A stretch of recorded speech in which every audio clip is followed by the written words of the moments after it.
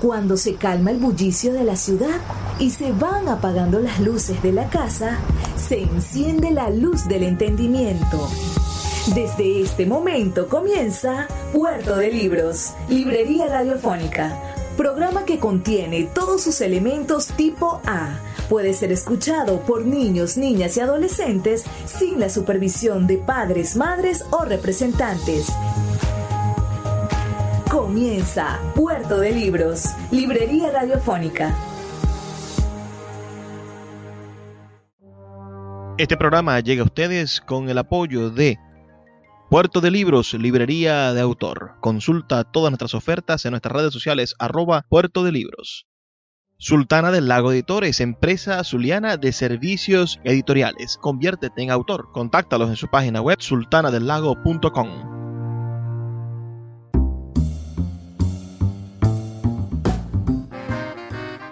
Bienvenidos a Puerto de Libros, Librería Radiofónica. Les habla Luis Peroso Cervantes, quien de lunes a viernes, de 9 a 10 de la noche, trae parte de este espacio a través de la Red Nacional de Emisoras Radio Fe y Alegría.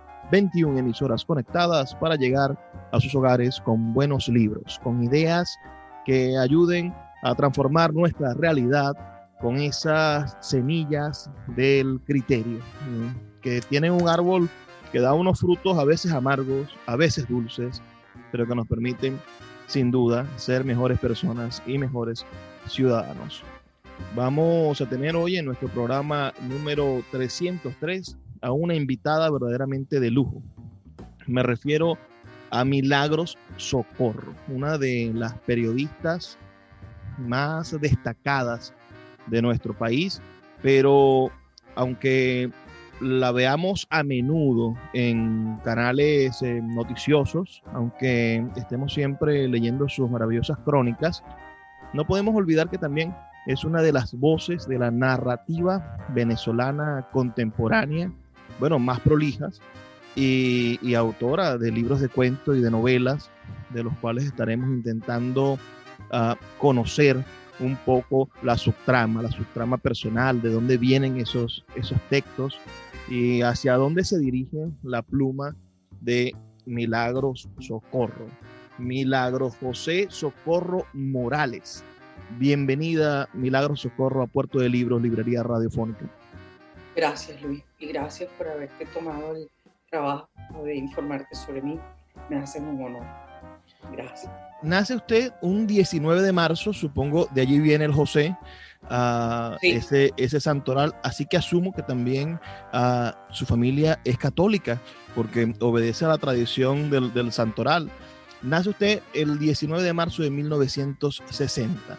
Digamos que naces casi con la democracia, naces en un país que ha llegado a acuerdos, en un país que tiene una guerrilla montada en los cerros. Naces... En el 60 todavía no. Naces en un país que va experimentando la democracia, que está haciendo un intento nacional para generar un cambio en positivo, que ciertamente lo vivimos con todas sus fallas y no fallas. Pero a mí lo que más me llama la atención es el hecho de que te crías en uno de los lugares más prósperos de toda Venezuela. Te crías en Machiques de Perijá, que y todavía están los vestigios, ¿no?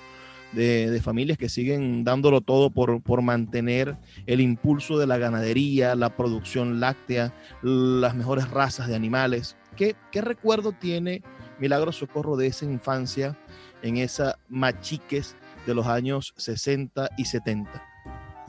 Todos, absolutamente todos los recuerdos. Yo salí de Perijá cuando yo tenía 15 años.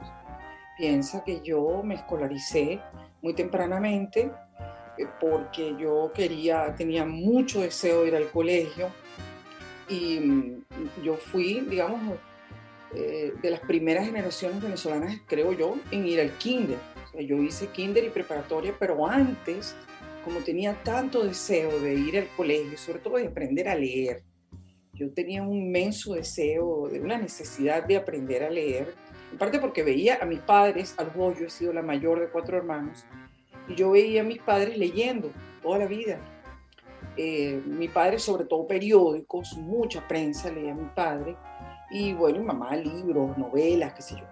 Y entonces, como yo deseaba ya también sumarme a esa comunidad de lectores, ellos me pusieron en una cosa que se llamaba, antes en Venezuela, yo digo se llamaba porque no he vuelto a escuchar ese concepto, digamos, empresarial y de servicio, que es la Escuelita Paga.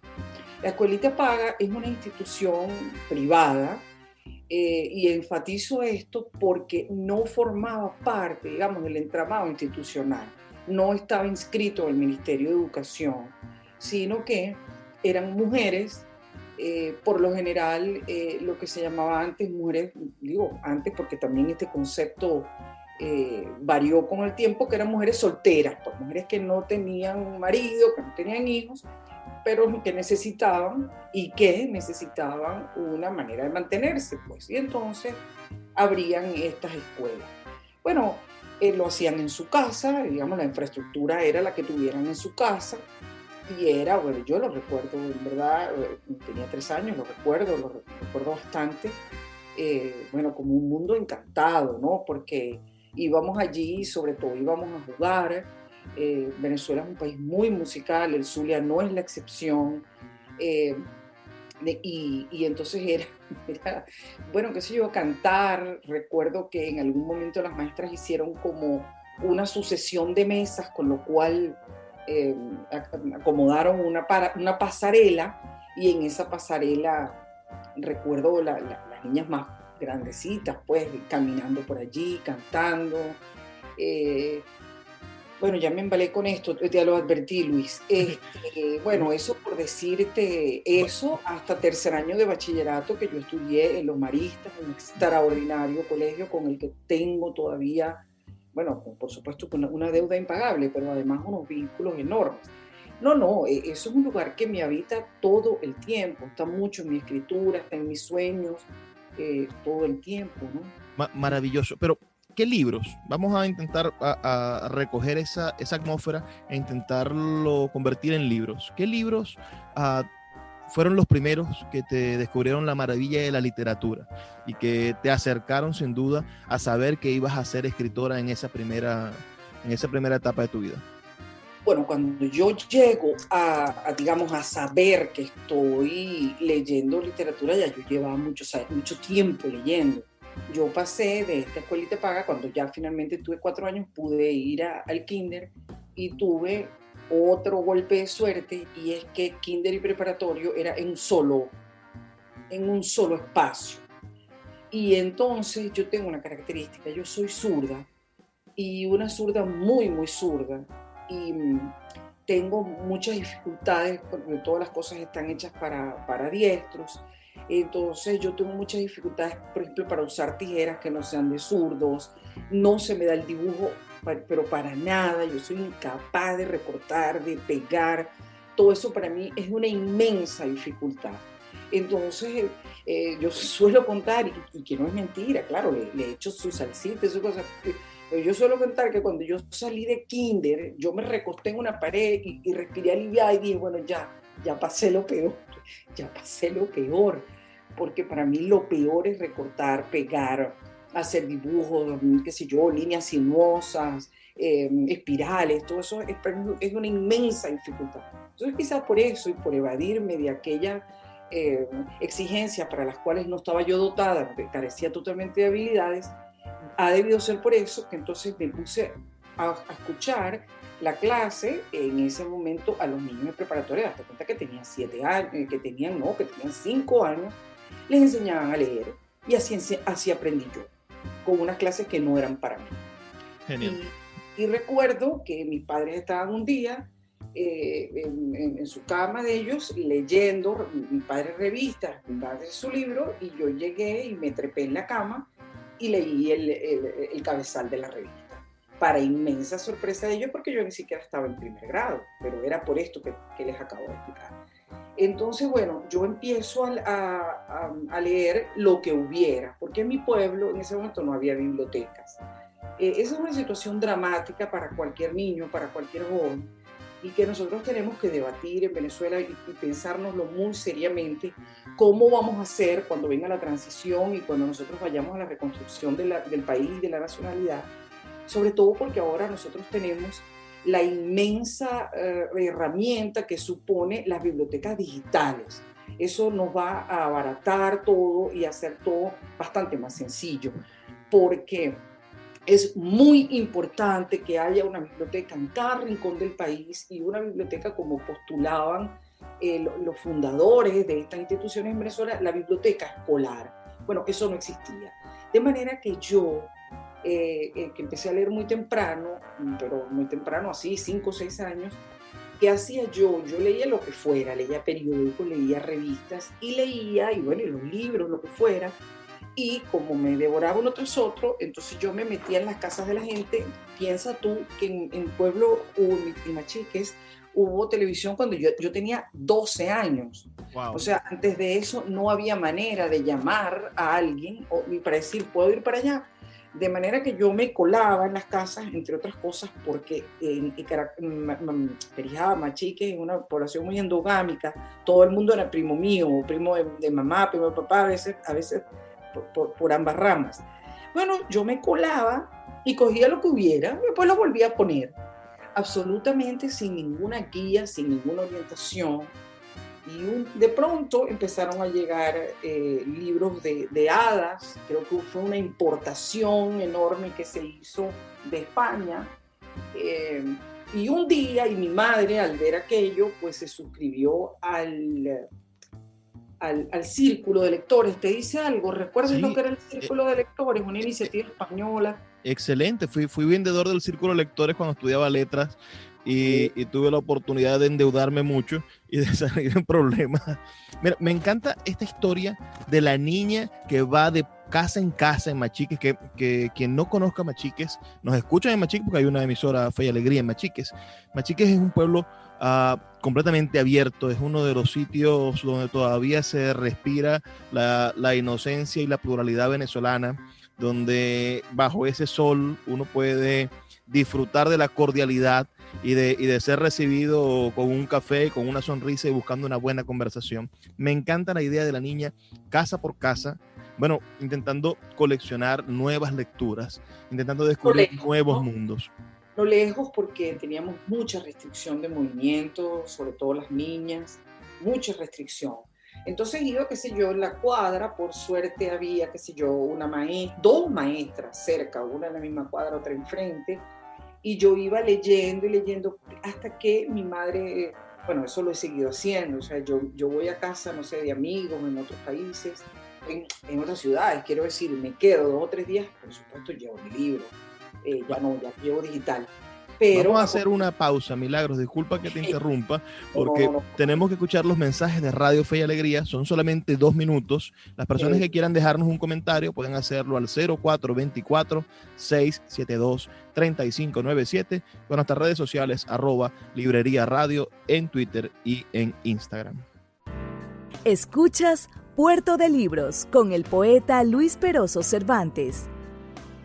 Síguenos en Twitter e Instagram como @Librería Radio. My dad works in B2B marketing. He came by my school for career day and said he was a big ROAS man. Then he told everyone how much he loved calculating his return on ad spend. My friends still laugh at me to this day. Not everyone gets B2B, but with LinkedIn, you'll be able to reach people who do. Get a $100 credit on your next ad campaign. Go to linkedin.com/results to claim your credit. That's linkedin.com/results. Terms and conditions apply. LinkedIn, the place to be, to be. El poeta Luis Peroso Cervantes le acompaña en Puerto de Libros, Librería Radiofónica, por Radio Fe y Alegría, con todas las voces.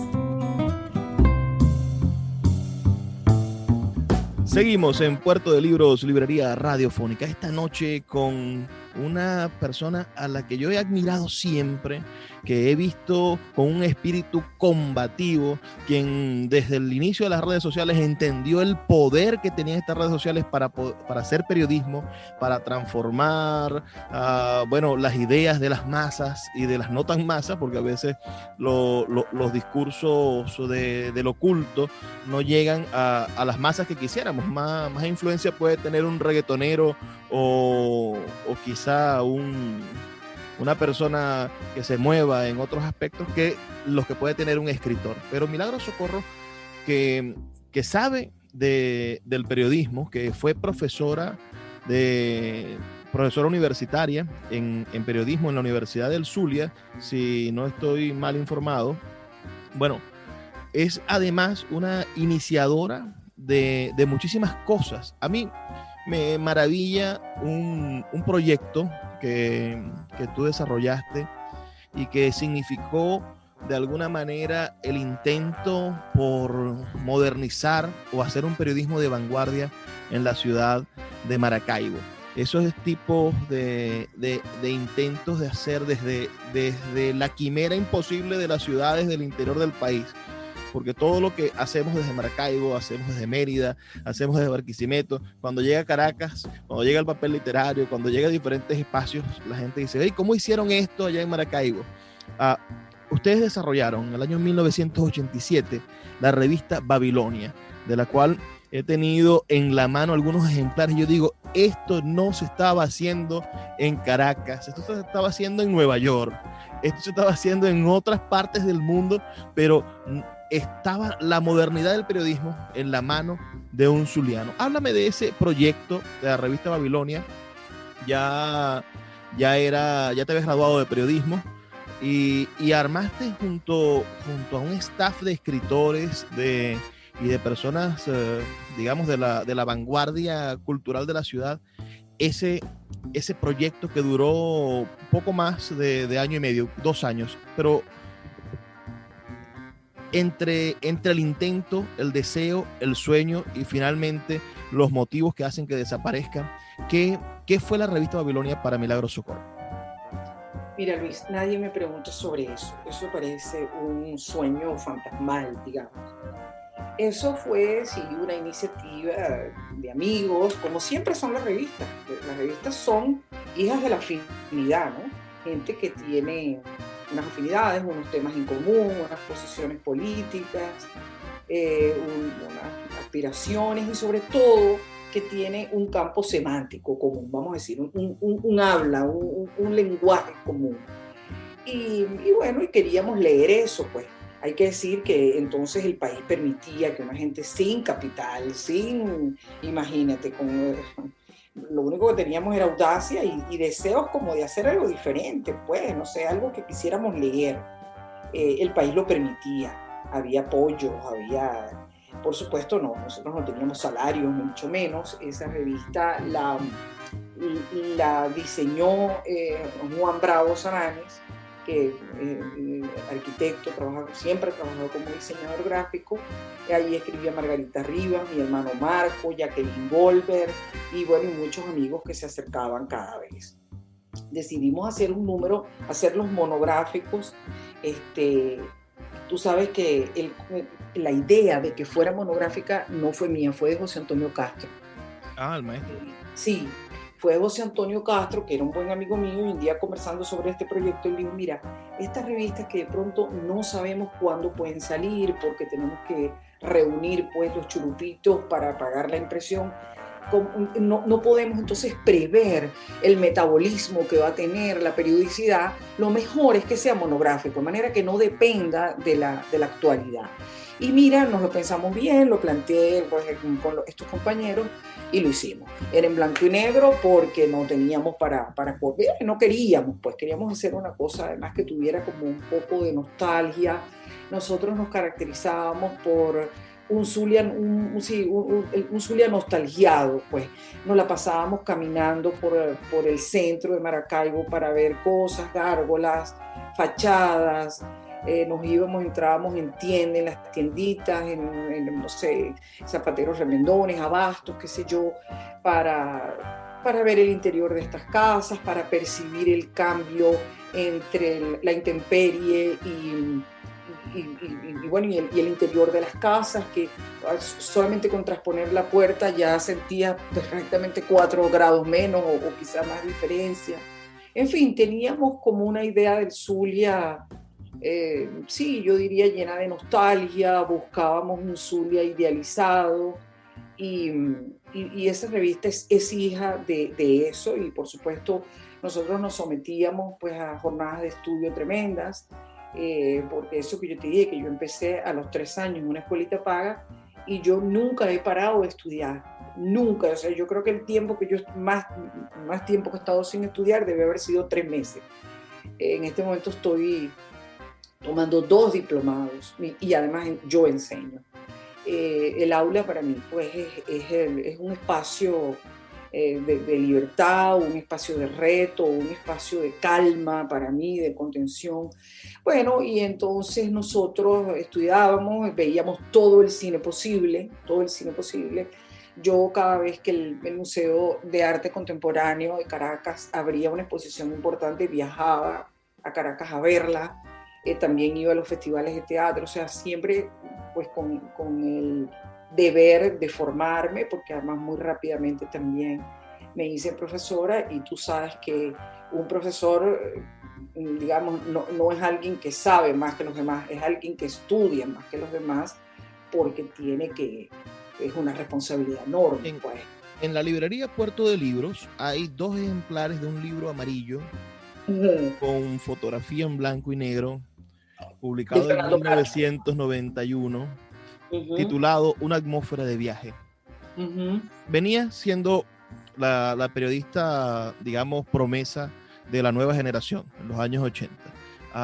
Bastante polémicos algunos artículos. La ciudad, ciertamente, la ciudad de Maracaibo te ofrecía material para hacer así, pero ¿en qué momento Milagros Socorro decide empezar a escribir ese libro y concursar? Porque es un libro que lo publica la Universidad del Zulia, porque gana una bienal, la primera bienal Udo Pérez. Sí, entonces, ¿dónde está el génesis de la Milagros Socorro, escritora, narradora, y este libro cómo nace? Bueno, son 2 preguntas, Luis. Uno es, ¿cuál es el origen de mi vocación? Como me imagino que todo el mundo, la vocación nace leyendo. Te contaba que mi madre pues se suscribió al Círculo de Lectores, y un día ella misma lo encargó, porque yo no tenía idea.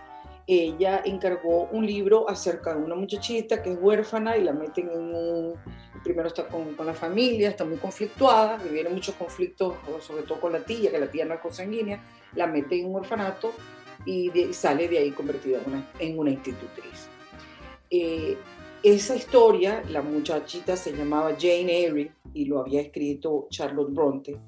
Para mí fue una inmensa revelación, porque a través de ese libro yo me di cuenta de que yo podía enterarme de cosas. Yo tengo una especie de manía, es decir, yo necesito estarme enterando de algo todo el tiempo. Entonces el libro, todo el tiempo, ese libro yo me enteraba de cosas, me enteraba del mundo, pero además me proporcionaba unas emociones que yo no había conocido. Para ese momento yo tenía 11 años y ya yo tenía años leyendo, pues. Pero es con ese libro que yo entendí que la lectura podía, además de informarme, podía llevarme a unas honduras, a unos misterios y a otros mundos, pues.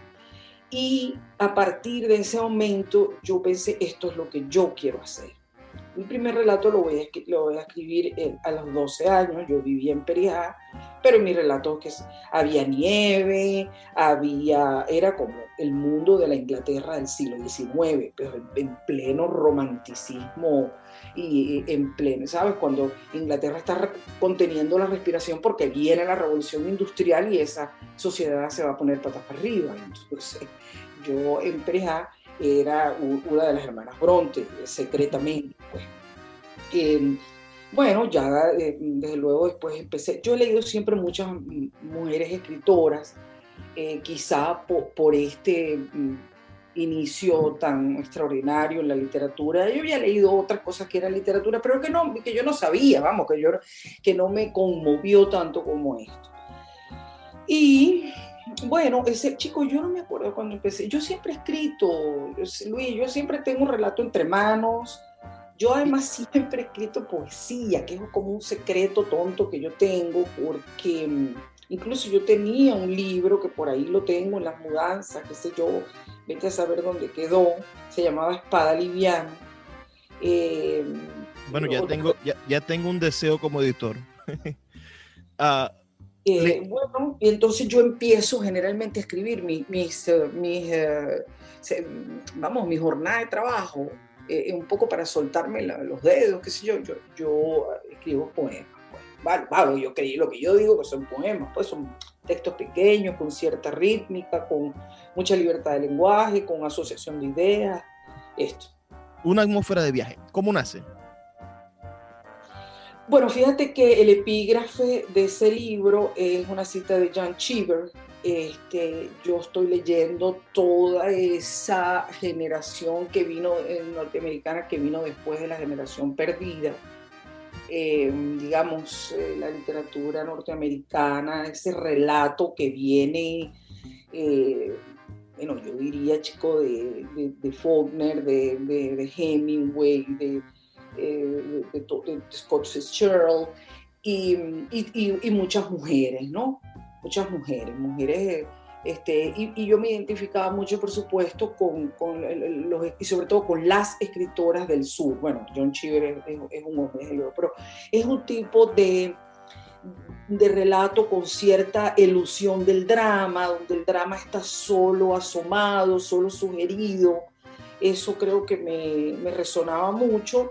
Y bueno, yo escribí ese libro, yo lo terminé de escribir, lo terminé de escribir en Maracaibo, sí, claro. Ya yo cuando me mudé a Caracas en el año 90, ya mi único hijo había nacido, eres la primera persona con quien yo menciono a mi hijo en público, ¿eh? Es como nunca lo meto en nada, tú sabes. Bueno, hablamos de dos tipos de hijos, de los libros y ahora de su hijo biológico. Bueno, vamos a hacer una pausa, son solo 2 minutos y ya volvemos con más de Milagros Socorro, quien nos está conversando sobre su mundo narrativo. Estamos acostumbrados a leerla en el mundo periodístico, a entregarnos análisis profundos de la realidad periodística, pero también, y esto es quizás la contribución para el futuro, más allá de lo noticioso, Milagros Socorro es una de las voces femeninas de la narrativa más importantes, o por lo menos una lectura obligada para quienes quieran explorar nuestra literatura contemporánea. Escuchas Puerto de Libros con el poeta Luis Peroso Cervantes. Síguenos en Twitter e Instagram como @Librería Radio. El poeta Luis Peroso Cervantes le acompaña en Puerto de Libros, Librería Radiofónica, por Radio Fe y Alegría, con todas las voces. Seguimos en Puerto de Libros, Librería Radiofónica, esta noche con Milagros Socorro. Esta periodista, sobre todo la recordamos por periodista, pero ustedes deben de visitar su bibliografía, deben de leer Una atmósfera de viaje de 1991, Con la V en el pecho de 1994, Katia, 3 voces de 1994, Actos de salvajismo de 1999, La palabra de la semana del año 2007, Actos de salvajismo y otros relatos, una reedición, supongo, aumentado del año 2009. Un libro en el que es coautora. Cada tragedia en la vida tiene un después. Esta es coautora con Luis Brito, que es el fotógrafo. Sí.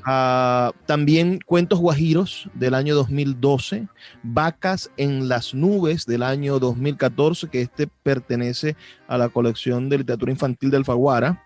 Y el más reciente, Un café con el dictador y otros relatos sin ficción, del año pasado, del año 2020. ¿Se me escapa alguno de los libros en esta lista? Creo que no mencionaste Katia Tres Voces, creo. Sí, del 94, Katia Tres Voces. Bueno, sí. Y El abrazo del tamarindo, la novela de Alfaguara, ¿lo mencionaste? Esa se me escapó, que por cierto es una edición bellísima, es El abrazo del tamarindo. Tenemos un ejemplar en la librería Puerto de Libros para los que quieran adquirirla. Me gustaría... Se te pasó uno, pero es que no puedes saberlo. Hace exactamente una semana se presentó en Dinamarca mi libro en danés, una traducción al danés, y la traductora, que pudo escoger entre muchos textos, justamente lo que más le interesó es lo que yo he escrito sobre mi padre, sobre Perijá, curiosamente. Pero maravilloso. Tenemos un libro perijanero en danés. Te voy a mandar la portada para que la vea. Nadie lo sabe, la primera vez que hablo de eso. Se van a volver locos nuestros amigos de Perijá, que aman a todos sus representantes en el mundo. Me gustaría que hablaras, Milagros, sobre Con la B en el pecho. Ese libro sobre Alfonso Chico Carrasquel, ese relato que sin duda fue una manera diferente de entrar en el mundo del béisbol. ¿Por qué una machiquense? ¿Por qué una zuliana mujer se dedica a escribir sobre ese personaje deportivo? Muy buena pregunta. Es un libro por encargo. Un libro por encargo. En ese momento el presidente de Fundarte era Tulio Hernández, y Tulio quiso hacer una colección de memoria de, digamos, personajes populares venezolanos, y el primero, la persona que se encargaba de la editorial era mi amiga también, Blanca Streponi. Blanca me llamó a mí. Blanca es argentina, entonces, y yo no tengo idea del béisbol, porque yo nunca he tenido sensibilidad para el béisbol. Mi padre era un gran aficionado, y yo estoy rodeada de aficionados. Mi único hijo después iba a ser de los criollitos, o sea, jugador, pues, en los fines de semana, qué sé yo. Y entonces estamos reunidas las dos y no teníamos ni idea de quién podía ser el pelotero. Yo llego a la casa, le digo a mi esposo esto que ha pasado, y él me dice: no, chica, el hombre es Carrasquelito. Yo no tengo idea, hablo con mi queridísimo amigo Humberto, el gran periodista de béisbol de Venezuela, que era mi compañero de trabajo en el Nacional, y Humberto me ayuda y me empieza a asesorar, y cuando yo me reúno en Miami, porque Carrasquel en ese momento trabajaba como comentarista del Chicago White Sox en Chicago, pero ellos bajaban a hacer los entrenamientos a Florida. Entonces, bueno, nos citamos y nos encontramos allí en marzo de 1993. Sí, en marzo de 1993, y ya yo en ese momento era una experta. Pero una experta que él se quedaba asombrado de la cantidad de detalles que yo tenía. Yo me presenté en Miami, donde íbamos a hacer la serie de entrevistas. Yo había escrito un cuaderno entero, en las páginas de ambos lados, entero, con las notas, esto pasó antes que, o sea, yo estaba súper preparada. Y bueno, y después tomé la decisión de hacerlo en primera persona, que fuera él el que hablara. El escritor puertorriqueño Edgardo Rodríguez Juliá me dijo que yo me había equivocado, que yo no debía haberle dejado la voz a Carrasquel, porque yo hubiera querido ver tu mirada, me dijo. Yo hubiera querido que tú me describieras los zapatos. Claro. De Carrasquelito. Yo hubiera, bueno, en fin. Bueno, pero no puedes hacer una siguiente versión en los próximos años. Mira, me detengo en Katia Tres Voces porque entiendo, en el dato biográfico que tengo, que no tiene marca editorial. Quiere decir que fue una autoedición en el... No, ese es de esa misma colección de Fundarte. Ah, ok. ¿Y por qué una zuliana escribe sobre Katia? Otra vez, eran cosas de ellos, eran cosas de Fundarte, y ellos otra vez me encargaron a mí ese libro, que yo no tenía idea tampoco, pero bueno, yo estoy acostumbrada, el periodismo es así, cada vez es una historia nueva de la que tú no tienes idea, y entonces, bueno, me hago una experta, estudio, averiguo, hablo, y ese libro es muy bello.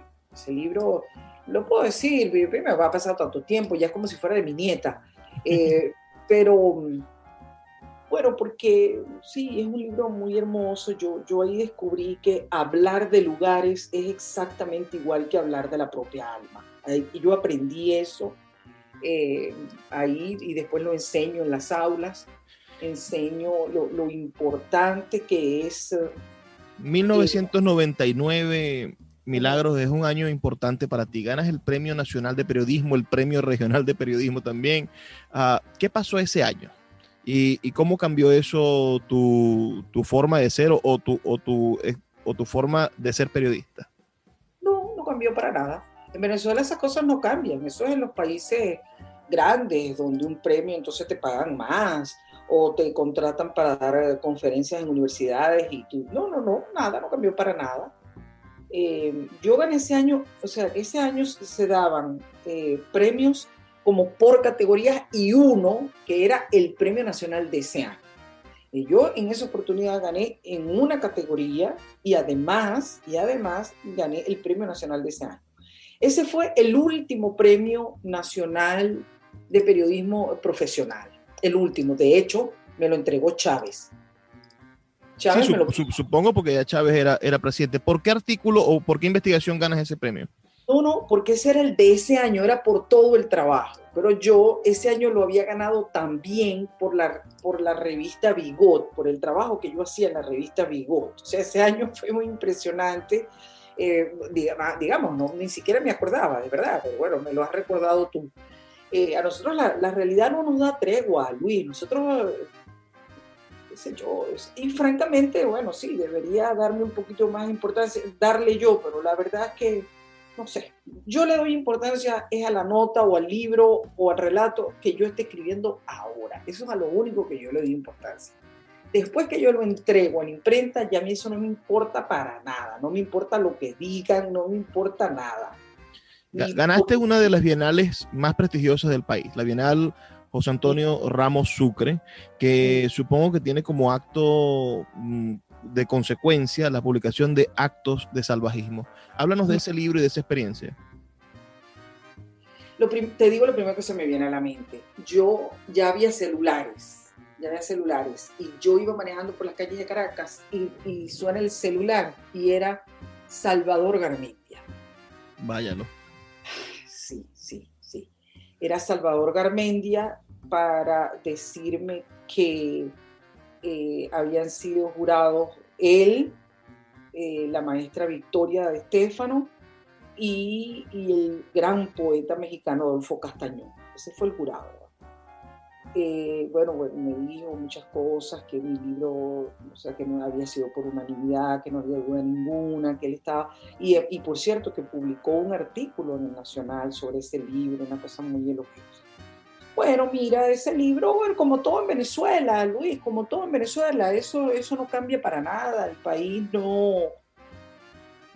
En fin, no me voy a poner a un país tan arañado, tan dolorido, un país que está en un duelo tan brutal, no me voy a poner tampoco a hacer un retrato desfavorecedor de mi país, pero digamos, tampoco vamos a idealizar, ¿no? Los escritores no son importantes para Venezuela, no lo son, y esa es la realidad. Sí, yo entiendo que eso es precisamente lo que debemos intentar dar el cambio. En el momento en el que empecemos a valorar a nuestros autores, a nuestros pensadores, en el momento en el que empecemos a escuchar a nuestros artistas y creadores, bueno, quizá en ese momento empecemos a dar reversa del problema que tenemos. ¿En qué momento rompes o empiezas a hacer un periodismo activo para desenmascarar la manera en la que el país está siendo conducido estos últimos 20 años? ¿No tuviste en algún momento que tú puedas decir, este es el punto en el que yo quebré con Chávez? Este es el punto en el que... No, desde el primer día, absolutamente desde el primer día. Yo fui de los pocos, pues, desde el primer día. Luis, yo no soy nunca gente de fanatismo, ni de nada de eso, porque yo no tengo militancia, yo no estoy en grupos de nada. Yo prácticamente he estado siempre así como estoy ahora, metida en un cuarto, escribo y leo.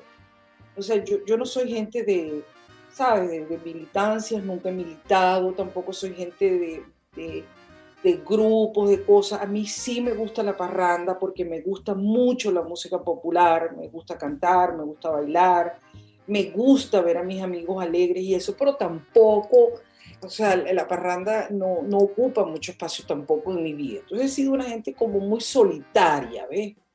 Entonces, bueno, en mi vida yo vi a Hugo Chávez una sola vez, que fue cuando me entregó el Premio Nacional de Periodismo, porque como te decía, ese fue el último premio profesional. Ese premio lo dio un jurado de periodistas, no de, ¿sabes?, de propagandistas ni nada. Ya después ya no hubo más Premio Nacional de Periodismo, ya todo fue para la propaganda de Chávez y del régimen. Pues entonces, no, nunca en la vida, nunca.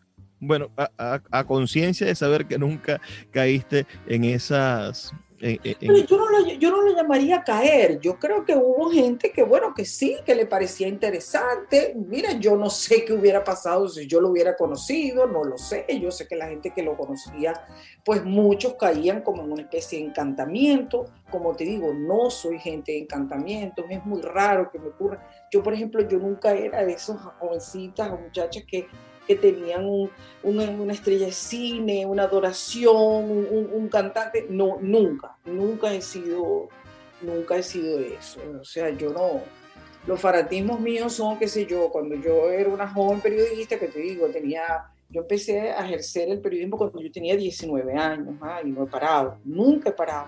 Entonces, ¿qué hacía yo?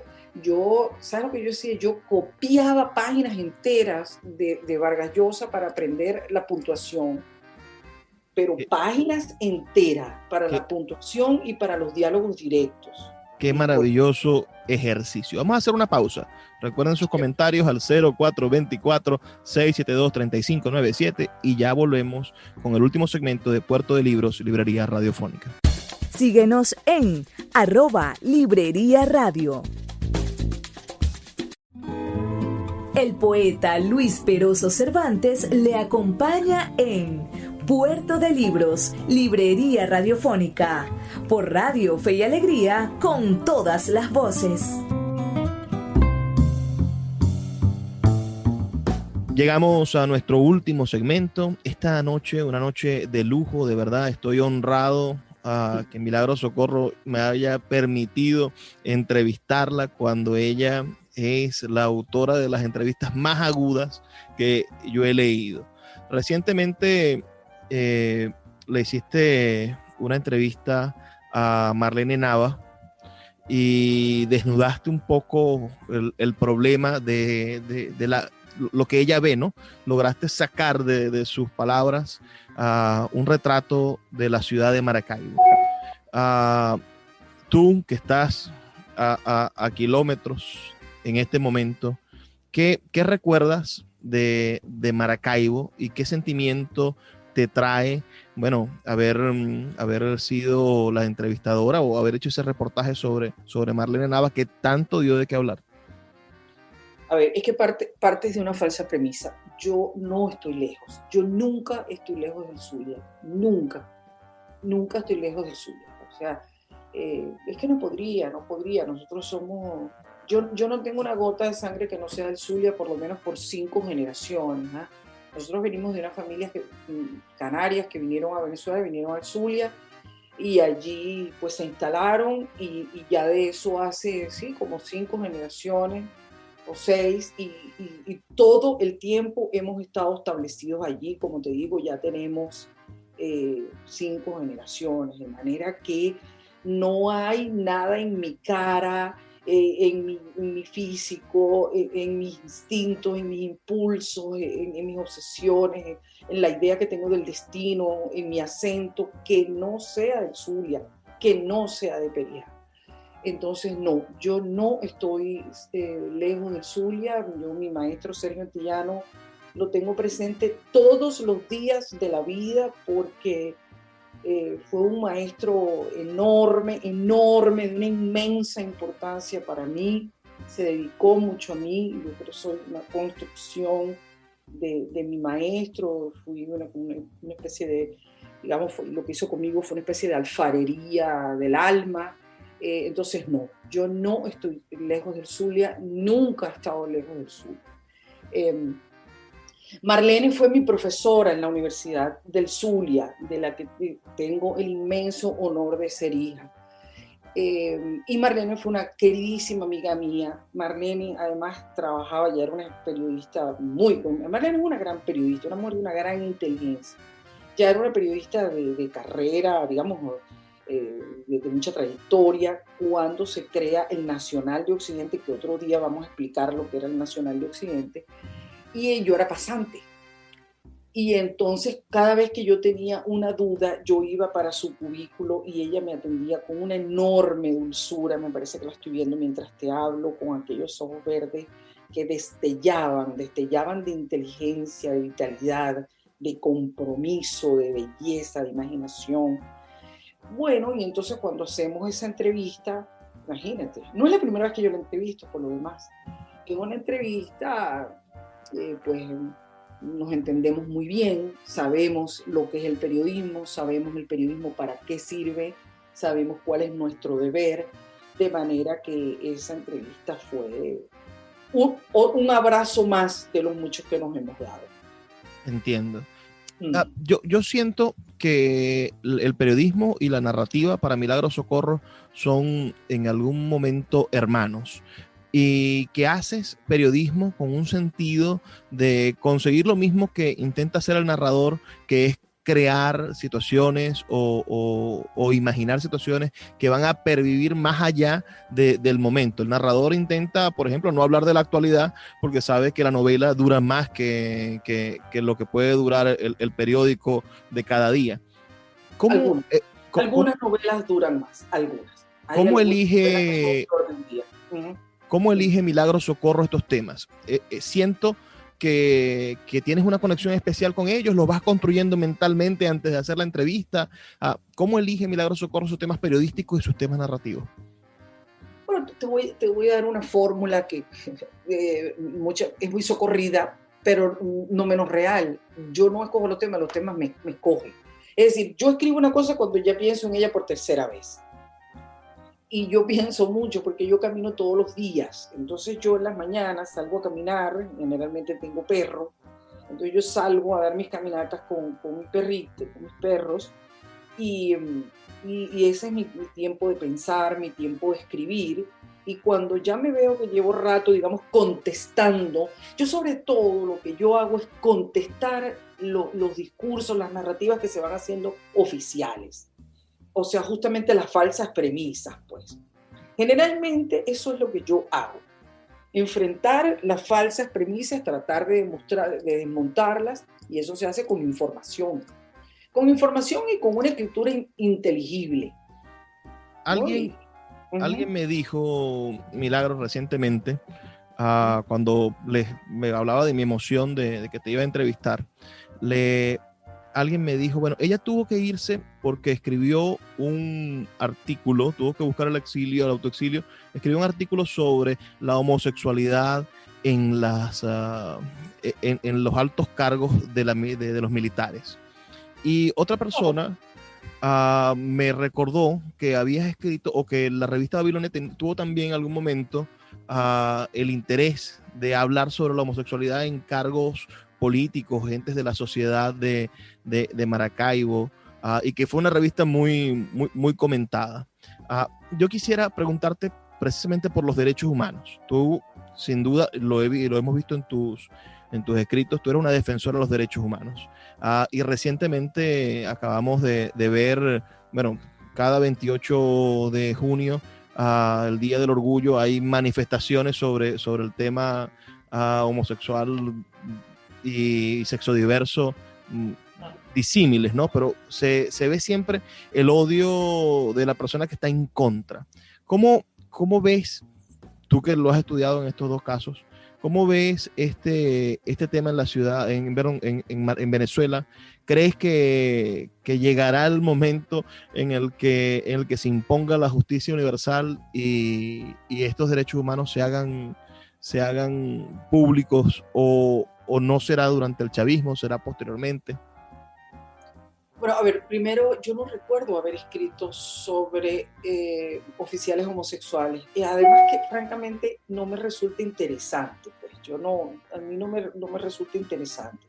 Yo, por supuesto, leo homosexuales, escritores que son homosexuales, pero digamos, el tema no me resulta, no me resulta interesante, no le veo la relevancia, pues yo no veo por qué eso sería interesante. Entonces yo, no recuerdo, ¿no? O a lo mejor escribí sobre un caso porque había un oficial homosexual. Desde luego que estoy totalmente de acuerdo en que los homosexuales estén en las Fuerzas Armadas digamos, y que no estén en el closet, pues. A ver, el chavismo es violador de derechos humanos. El chavismo entró violando derechos humanos. El golpe de Chávez del 92 fue espantosamente violador de derechos humanos. El Caracazo, con el que cada vez vemos mayor relación con un protochavismo, con un chavismo avant la lettre, o sea, un chavismo ante el chavismo, pero ya vamos viendo cada vez más gente que luego sería chavista y que estaban en esto del Caracazo, pues también, porque se suele hablar de la violación de derechos humanos de las Fuerzas Armadas. En fin, a ver, quien viola los derechos humanos es el poder, por supuesto, eso es así, pero también hubo mucho crimen del lado de los saqueadores y de otro lado, digamos, ¿no?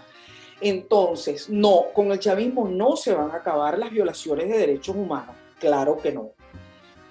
Pero no olvidar que esos crímenes no prescriben, de manera que, por lo menos, por decirlo poco, la sociedad en algún momento se va a ver de frente, porque va a haber una comisión de la verdad, el país va a saber exactamente qué fue lo que pasó, el país va a saber hasta dónde llegó la sevicia, la crueldad, el país va a saber quiénes estuvieron en eso, desde cuándo, eso se va a saber. O sea, entonces, lo mínimo es que nosotros vamos a tener ante nuestras caras de qué dimensión ha sido la violación de derechos humanos en Venezuela.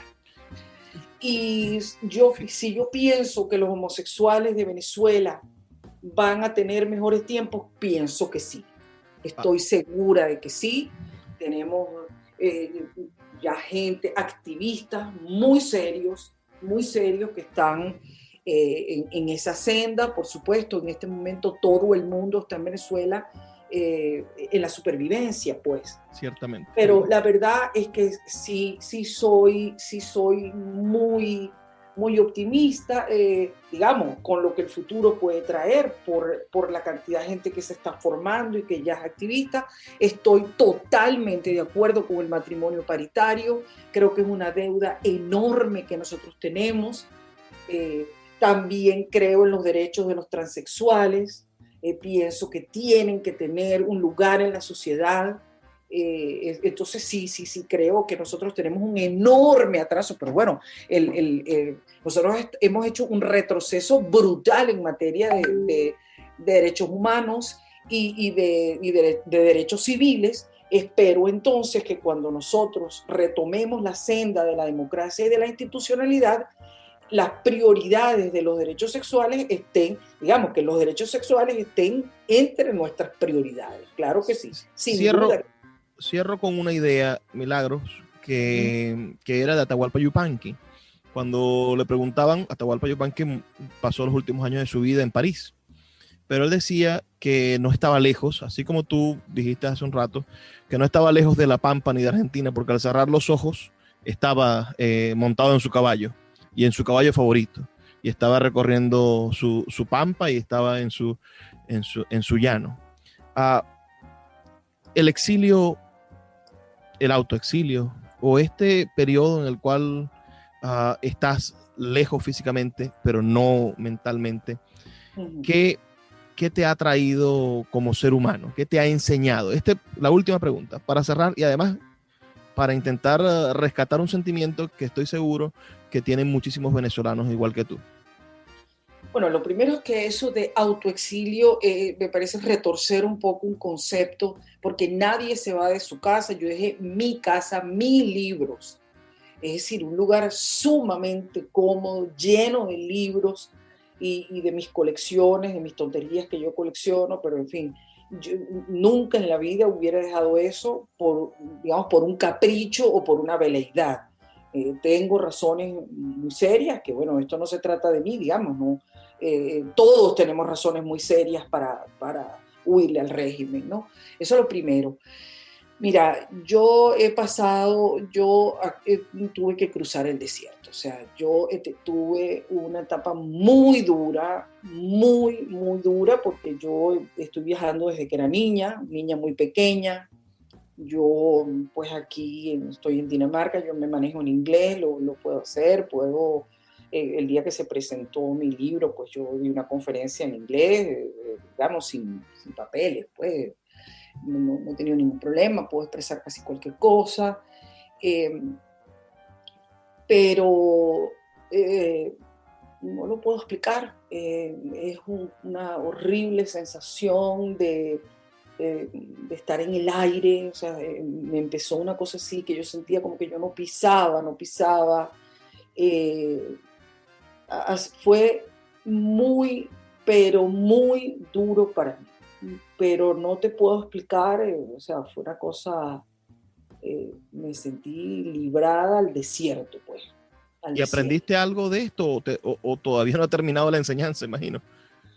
Bueno, yo quisiera aprender que lo que esto me enseñe sea a ver el desierto de los otros. Mi refugio, porque además me tocó la pandemia, y entonces, bueno, lo que he hecho es, como te comenté antes, tomar muchos cursos, enseñar yo estoy enseñando, tengo mi curso, he estudiado muchísimo, pero sí, lo que quiero es ver el exilio en los otros, pues, y tener piedad con los otros, tener, ¿sabes? Yo creo que lo que me hizo fue eso, pues, haber tenido tanto sufrimiento. Mira, 6 personas en mi familia murieron por COVID, todos en el Zulia, y eso fue una cosa que me arrojó de verdad, como te digo, muy duro, pues, o sea, muy duro y bueno, me he hecho, por ejemplo, no sé, siento que ahora necesito menos cosas. Hay que decir, por ejemplo, los libros, pues que para mí yo necesitaba ese perolero, ese montón de libros.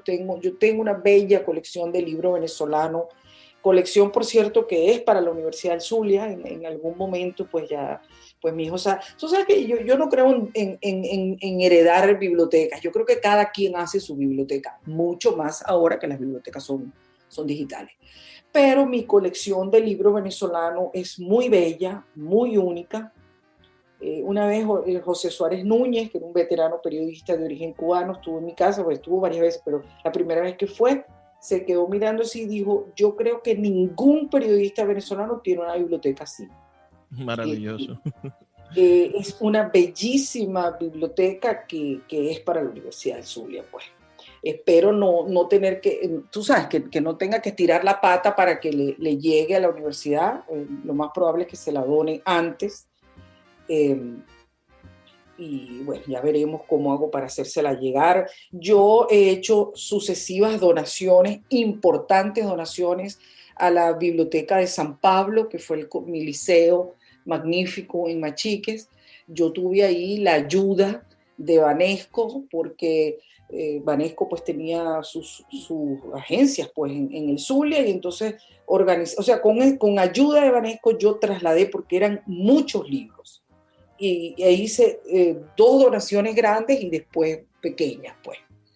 Entonces ya yo hace rato que estoy donando libros al Zulia, pero sí mi biblioteca, como te digo, periodismo, literatura, más todo lo de el libro venezolano, ¿no? Que es arquitectura, artes plásticas, cine, gastronomía. No, bellísimas cosas tengo yo. No, nos toca despedirnos. Verdaderamente pudiéramos en un futuro hablar sobre el Nacional de Occidente, hablar sobre otras revistas, sobre la revista Big Off, donde hiciste un trabajo maravilloso, hablar sobre tu papel en el diario El Nacional y las experiencias de trabajar en un diario que está siendo todavía asediado y que ha sido asediado por casi todos los gobiernos. Pero esas son las cosas maravillosas para Luis, dejar en el tintero. No repitas eso porque no es cierto. A ver, el Nacional no fue asediado por ningún gobierno democrático. ¿Que había abusos antidemocráticos? Por supuesto que sí, pero no. El Nacional nunca fue embargado. Toda la directiva nacional no tuvo que marchar al exilio porque estaban perseguidos. No. Ningún gobierno, es que yo creo que ni Gómez, cuando Gómez había periódicos en papel. Piensa tú que en Venezuela quedan 2 periódicos nada más en papel, nada más. Qué casualidad que sean el Universal y Última Noticias. Qué casualidad. La historia de la censura y de la crítica ciertamente no tiene comparación con la actualidad. La actualidad rompieron todos los récords. Sí, bueno, sí. Nos quedan tantas cosas en el tintero, pero es la maravilla de poder hablar con una mujer que ha hecho historia, no solamente desde el punto de vista periodístico, sino desde el punto de vista de género, demostrando e inspirando a niñas y a jóvenes para el futuro, para decir que se puede estar en la primera plana, que se puede ser periodismo de vanguardia y se puede ser una escritora de éxito, una escritora leída y querida como es Milagros Socorro. Muchísimas gracias por esta oportunidad. Gracias. Después te contaré cómo yo me inicié en la radio, en Radio Selecta. Bueno, pues ha sido un placer conversar con todos ustedes. Nos escuchamos, recuerden, de lunes a viernes, de 9 a 10 de la noche, por la Red Nacional de Emisoras Radio Fe y Alegría. Y no puedo despedirme sin antes pedirles que por favor sean felices, lean poesía.